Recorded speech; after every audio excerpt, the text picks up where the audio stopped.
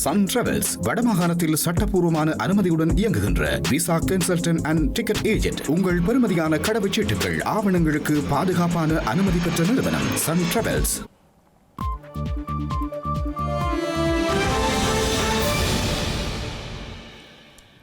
வணக்கம். இது ஐபிசி தமிழின் இரவு நேர பிரதான செய்திகள். முதலில் தலைப்புச் செய்திகள்.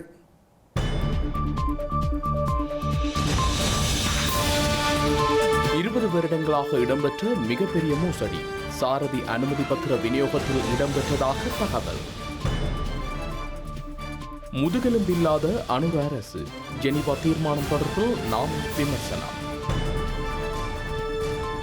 இழப்பீட்டு மோசடி, நீதியமைச்சின் மேலதிக செயலாளர் கைது. வடக்கு மாகாணத்தில் லஞ்சித் பாவனைக்கு தடை, ஆளுநர் கூட்டத்தில் தீர்மானம்.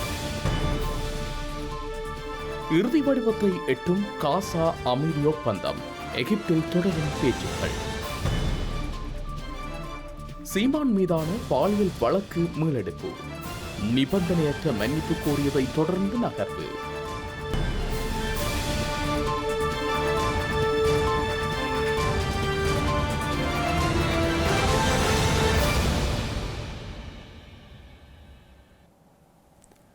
இனி விரிவான செய்திகள். இலங்கையில் முன்னைய ஆட்சிகளில் இடம்பெற்ற பெரும் முறைகேடுகள் மற்றும் முன்னைய ஆட்சியாளர்களுக்கும் பாதாள உலக குழுக்களுக்கும் இடையிலான தொடர்புகள் அம்பலப்பட்டு வரும் நிலையில் சாரதி அனுமதி பத்திரங்களில் கடந்த 20 வருடங்களுக்கு மேலாக இடம்பெற்ற மிகப்பெரிய மோசடி கண்டுபிடிக்கப்பட்டுள்ளது. ஸ்ரீலங்காவின் போக்குவரத்து அமைச்சர் பிமல் ரத்நாயக்க இன்று நாடாளுமன்றத்தில் இந்த மோசடியை அம்பலப்படுத்தியுள்ளார்.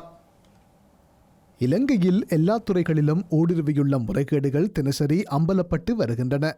அந்த வகையில் முக்கிய பாடசாலைகளின் ரக்பி விளையாட்டுத் துறையில் மாபியா புகுந்துவிட்டதாக கொழும்பின் பிரபல தமிழ் பேசும் பாடசாலையாக சாகிரா கல்லூரி எச்சரிக்கை விடுத்துள்ள நிலையில் இலங்கையில் 20 வருடங்களுக்கு மேலாக சாரதி உரிமங்களை அச்சிடுவதில் இடம்பெற்ற மிகப்பெரிய மோசடி இன்று வெளிச்சத்துக்கு வந்துள்ளது. அச்சுத்துறை சந்தையில் உள்ள அச்சிடும் கட்டணத்தை விட ஓட்டுநர் உரிமங்களை அச்சிடும் குறித்த நிறுவனம் அதிக கட்டணத்தை அறவிட்டு 20 வருடங்களுக்கு மேலாக அரச நிதியை பெற்றுக்கொண்டதாக ஸ்ரீலங்காவின் போக்குவரத்து அமைச்சர் பிமல் ரத்நாயக்க இன்று நாடாளுமன்றத்தில் தெரிவித்துள்ளார்.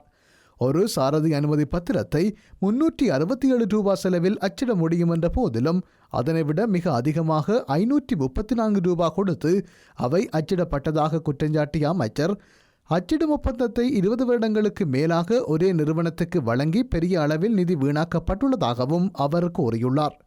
அத்துடன் இனிமேல் சாரதி உரிமங்களை மோட்டார் வாகன பதிவுத்துறையே அச்சிடும் எனவும் தெரிவித்துள்ளார். மகாவலி அதிகார சபைக்கு சொந்தமான நிலந்தொடர்பான சந்தேகத்துக்குரிய இழப்பீட்டு மோசடி தொடர்பாக இழப்பீட்டு அலுவலகத்தின் முன்னாள் பதில் பணிப்பாளர் நாஜகம் லஞ்ச ஒழிப்பு ஆணையத்தால் கைது செய்யப்பட்டுள்ளார். குறித்த நபர் தற்போது நீதியமைச்சின் மேலதிக செயலாளராக பணியாற்றி வருவதாக அந்த ஆணைக்குழு கூறியுள்ளது.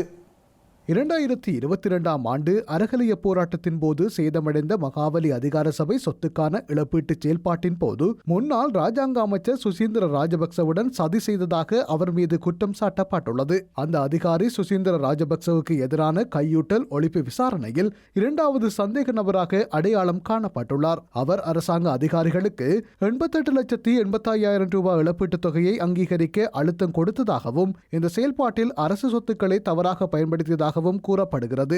சந்தேக நபர் என்று கொழும்பு தலைமை நீதவான் முன்னிலையில் முன்னிலைப்படுத்தப்படவுள்ளதாக தெரிவிக்கப்பட்டுள்ளது. மனித உரிமைகள் மற்றும் பொறுப்புக்கூறல் விடயத்தில் இலங்கை மீதான சர்வதேசத்தின் வெளியக அழுத்தங்கள் படிப்படியாக குறைவடையும் என இலங்கை மனித உரிமைகள் ஆணைக்குழு தெரிவித்துள்ளது. இலங்கையில் நல்லிணக்கம், பொறுப்புக்கூறல் மற்றும் மனித உரிமைகளை மேம்படுத்தல் எனும் தலைப்பில் ஐக்கிய நாடுகள் மனித உரிமைகள் பேரவையில் நிறைவேற்றப்பட்ட தீர்மானம் தொடர்பில் கருத்து தெரிவிக்கும் போது அந்த ஆணைக்குழுவின் ஆணையாளர் நிமல் பொஞ்சிகேவா இந்த விடயத்தினை தெரிவித்துள்ளார். சர்வதேச சமூகங்கள் உணரக்கூடிய மற்றும் திருப்தியடையக்கூடிய நடவடிக்கைகளை சீராக முன்னெடுத்தால் ஐக்கிய நாடுகள் மனித உரிமைகள் பேரவையில் புதிய தீர்மானம் நிறைவேற்றப்படுதல் போன்ற அழுத்தங்கள் குறையும் எனவும் நிமல் பொஞ்சிகேவா குறிப்பிட்டுள்ளார். இலங்கையில் நிலவும் மனித உரிமைகள் சார்ந்த கரிசனைகளுக்கு தீர்வு காணுமாறு கடந்த காலங்களில் பல்வேறு நாடுகள் வலியுறுத்தி வந்த நிலையில் அதனை முன்னிறுத்தி ஐக்கிய நாடுகள் மனித உரிமைகள் பேரவையில் சில தீர்மானங்கள் நிறைவேற்றப்பட்டதாக ஆணையாளர் நிமல் பொஞ்சிகேவா குறிப்பிட்டுள்ளார். குறித்த தீர்மானங்களுடன் ஒப்பிடுகையில் இந்த முறை நிறைவேற்றப்பட்டிருக்கும் தீர்மானம் மிக பாரதூரமானது அல்ல எனவும் அவர் சுட்டிக்காட்டியுள்ளார். அதேபோன்று இந்த புதிய தீர்மானத்தில் வலிந்து காணாமலாக்கப்பட்டோர் விவகாரத்துக்கு தீர்வு காணல், காணி விடுவிப்பு உள்ளிட்ட பல்வேறு விடயங்கள் உள்வாங்கப்பட்டிருப்பதாகவும் அவர் தெரிவித்துள்ளார். இந்த விவகாரங்கள் குறித்து தீர்வு காண்பதற்காக கடந்த காலங்களில் பல்வேறு ஆணைக்குழுக்கள் நிறுவப்பட்டிருந்தாலும் அவற்றின் ஊடாக வழங்கப்பட்ட பரிந்துரைகள் உரியவாறு நடைமுறைப்படுத்தப்படவில்லை என்றும் இலங்கை மனித உரிமைகள் ஆணைக்குழுவின் ஆணையாளர் நிமல் புஞ்சிகேவா சுட்டிக்காட்டியுள்ளார். ஐக்கிய நாடுகள் மனித உரிமைகள் பேரவையின் 60வது கூட்டத்தொடரில் இலங்கைக்கு எதிரான தீர்மானம் வாக்கெடுப்பின்றி நிறைவேற்றப்பட்டமை தொடர்பில் நாடாளுமன்ற உறுப்பினர் நாமல் ராஜபக்ச அதிருப்தி வெளியிட்டுள்ளார். இலங்கை தீர்மானம் நேற்று முன்தினம் ஐநா மனித உரிமை பேரவையில் வாக்கெடுப்பின்றி ஏற்றுக்கொள்ளப்பட்டிருந்தது. இந்த பிரேரணை வாக்கெடுப்புக்கு விடப்பட்டால் வெற்றியளிக்கும் நிலையில் பல நாடுகளின் ஆதரவு இருந்த நிலையில் இந்த தீர்மானத்தை வாக்கெடுப்பின்றி ஒருமனதாக நிறைவேற்றுமாறு இணை அனுசரணை நாடுகளின் சார்பாக பிரித்தானியா விடுத்த அழைப்புக்கு ஏற்ப இந்த தீர்மானம் வாக்கெடுப்பின்றி ஏற்றுக்கொள்ளப்பட்டமை குறிப்பிடத்தக்கது. இந்த நிலையில் அரசாங்கம் குறித்த தீர்மானத்தை வாய்மொழியாக எதிர்த்ததாகவும் ஆனால் வாக்கெடுப்பு நடத்துமாறு கோர தவறியதாகவும் நாடாளுமன்ற உறுப்பினர் நாமல் ராஜபக்ச நாடாளுமன்றத்தில் தெரிவித்துள்ளார். அரசாங்கம் வாய்மொழியாக எதிர்த்த போதிலும் வாக்கெடுப்பு கோர அதற்கு முதுகெலும்பு இல்லையா என கேள்வி எழுப்பினார். வாக்கெடுப்பு நடத்தப்பட்டிருந்தால் உலகின் பெரும்பாலான நாடுகள் இலங்கைக்கு ஆதரவாக வாக்களித்திருக்கும் எனவும் அவர் கூறியுள்ளார். அரசாங்கம் தனது இரட்டை நிலைப்பாட்டை நிறுத்தி நேர்மையுடன் செயல்பட வேண்டும் என ராஜபக்ச கூறினார். அரசாங்கம் யாரை மகிழ்விக்கப் போகிறது? அது தமிழ் புலம்பெயர்ந்தவரியா என அவர் கேள்வி எழுப்பினார். 2026ஆம் ஆண்டு ஜனவரி மாதம் 1ஆம் திகதி முதல் வடக்கு மாகாணம் முழுவதும் லஞ்சீட் பாவனைக்கு தடை விதிக்கப்பட்டுள்ளது. லஞ்சீட் பாவனைக்கு மாற்றீடாக வாழை இலையை பயன்படுத்தவும் தீர்மானம் எடுக்கப்பட்டுள்ளது. இந்த விடயங்கள் தொடர்பில் தீர்மானத்தை நிறைவேற்றாத உள்ளூராட்சி மன்றங்கள் அதனை நிறைவேற்ற வேண்டும் என வடக்கு மாகாண ஆளுநர் வேதநாயகன் தலைமையில் நடைபெற்ற கலந்துரையாடலில் இந்த தீர்மானம் எட்டப்பட்டுள்ளது.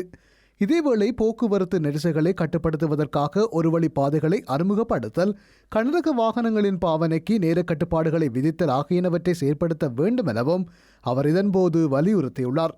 எதிர்வரும் மழைக்காலத்துக்கு முன்னர் வெள்ளம் வழிந்தோடுவதற்கு தடையாக அமைந்துள்ள சட்டவிரோத கட்டுமானங்களை உடனடியாக அகற்றுவதற்கும் நடவடிக்கை எடுக்க வேண்டுமென வலியுறுத்தப்பட்டுள்ளது. இலங்கையில் பொது போக்குவரத்து கட்டண முறை எதிர்வரும் மாத இறுதியில் நவீனமயமாக்கப்பட உள்ளதாக போக்குவரத்து அமைச்சர் பிமல் ரத்நாயக்க தெரிவித்துள்ளார். இலங்கையில் எதிர்வரும் நவம்பர் 30ஆம் தேதி முதல் பேருந்துகளில் டிக்கெட் இயந்திரங்கள் பொருத்தப்பட உள்ளதுடன் வங்கிகளால் வழங்கப்பட்டுள்ள டெபிட் மற்றும் கிரெடிட் கார்டுகளை பயன்படுத்தி பயணிகள் கட்டணங்களை செலுத்த முடியும் என போக்குவரத்து அமைச்சர் பிமல் ரத்நாயக்க தெரிவித்தார். நாடாளுமன்றத்தில் இன்று இந்த தகவலை அமைச்சர் பிமல் ரத்நாயக்க வெளியிட்டார். அத்துடன் குறித்த திட்டம் இலங்கையின் பொது போக்குவரத்து கட்டண முறையை நவீனமயமாக்குவதை நோக்கமாக கொண்டுள்ளது என்றும் படிப்படியாக நாடு முழுவதும் திட்டம் விரிவுபடுத்தப்படும் என்றும் அவர் கூறினார். தற்போது டிக்கெட் இயந்திரமூடாக டிக்கெட் வழங்கப்படும் அனைத்து பேருந்துகளிலும் இந்த திட்டம் முதல் கட்டமாக செயல்படுத்தப்படும் என்றும் அவர் கூறினார்.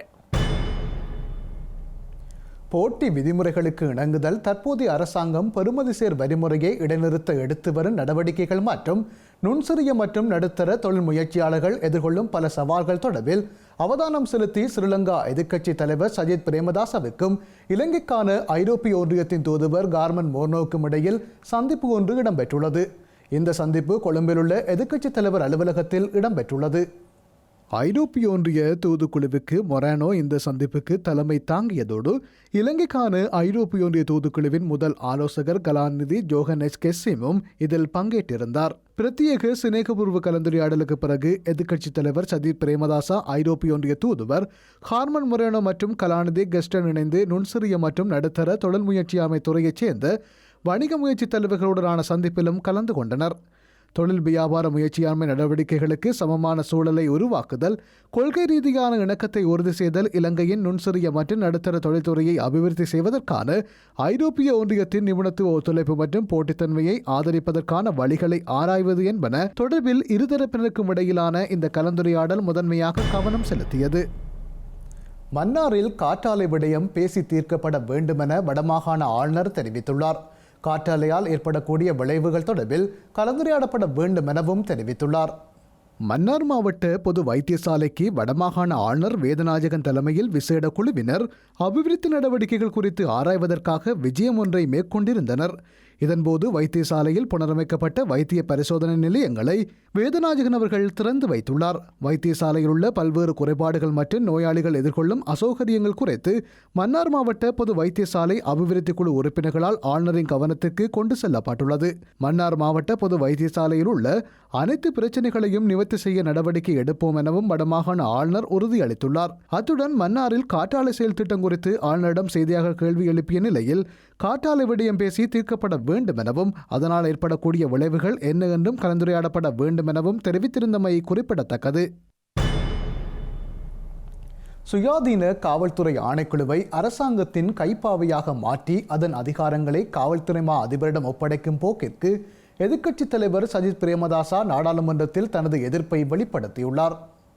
ஆணைக்குழுக்கள் நியமிக்கப்படுவது அரசியல் மயமாக்கலுக்கு உட்படுத்தப்படாமல் சிறந்த ஆட்சியை முன்னெடுப்பதற்காக என எதிர்க்கட்சித் தலைவர் சஜித் பிரேமதாசா தெரிவித்துள்ளார். அரசியல் அமைப்பின் 17 மற்றும் 19வது திருத்தங்களின் ஊடாக அதிகாரங்களுக்கிடையிலான தடைகள் மற்றும் சமன்பாடுகள் முறைமையினுள் இந்த நாட்டில் காவல்துறை சேவையை பாரபட்சமின்றியும் சுயாதீனமாகவும் முன்னெடுக்க அதிகாரம் வழங்கப்பட்டிருப்பதாகவும் அவர் குறிப்பிட்டுள்ளார்.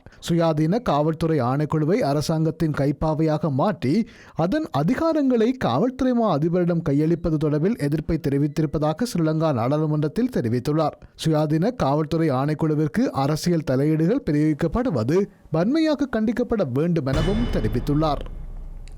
நாம் தமிழர் கட்சியின் தலைமை ஒருங்கிணைப்பாளர் சீமான் மீது நடிகை விஜயலட்சுமி தொடுத்த பாலியல் வழக்கு இந்திய உச்சநீதிமன்றத்தில் வைத்து மீளெடுக்கப்பட்டுள்ளது.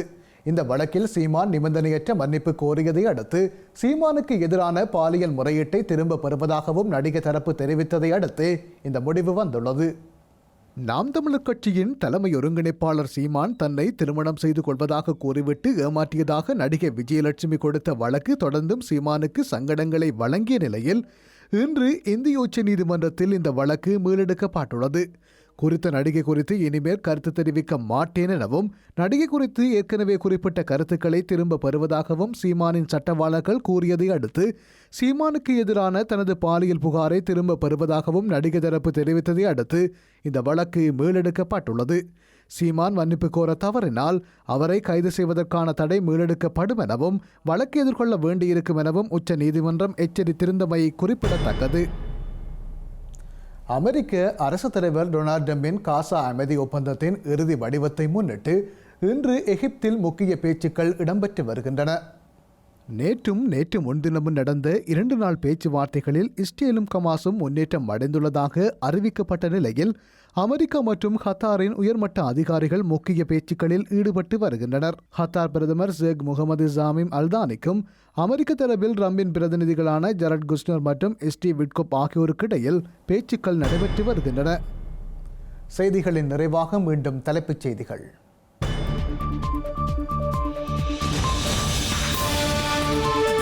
வருடங்களாக இடம்பெற்ற மிகப்பெரிய மோசடி, சாரதி அனுமதி பத்திர விநியோகத்தில் இடம்பெற்றதாக தகவல்.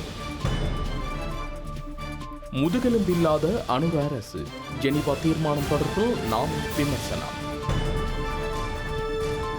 இழப்பீட்டு மோசடி, நீதியமைச்சின் மேலதிக செயலாளர் கைது.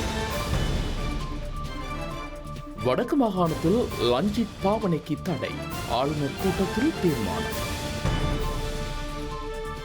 இறுதி வடிவத்தை எட்டும் காசா அமைதி ஒப்பந்தம், எகிப்தில் தொடரும் பேச்சுக்கள். சீமான் மீதான பாலியல் வழக்கு மீளெடுப்பு, நிபந்தனையற்ற மன்னிப்பு கோரியதை தொடர்ந்து நகர்வு.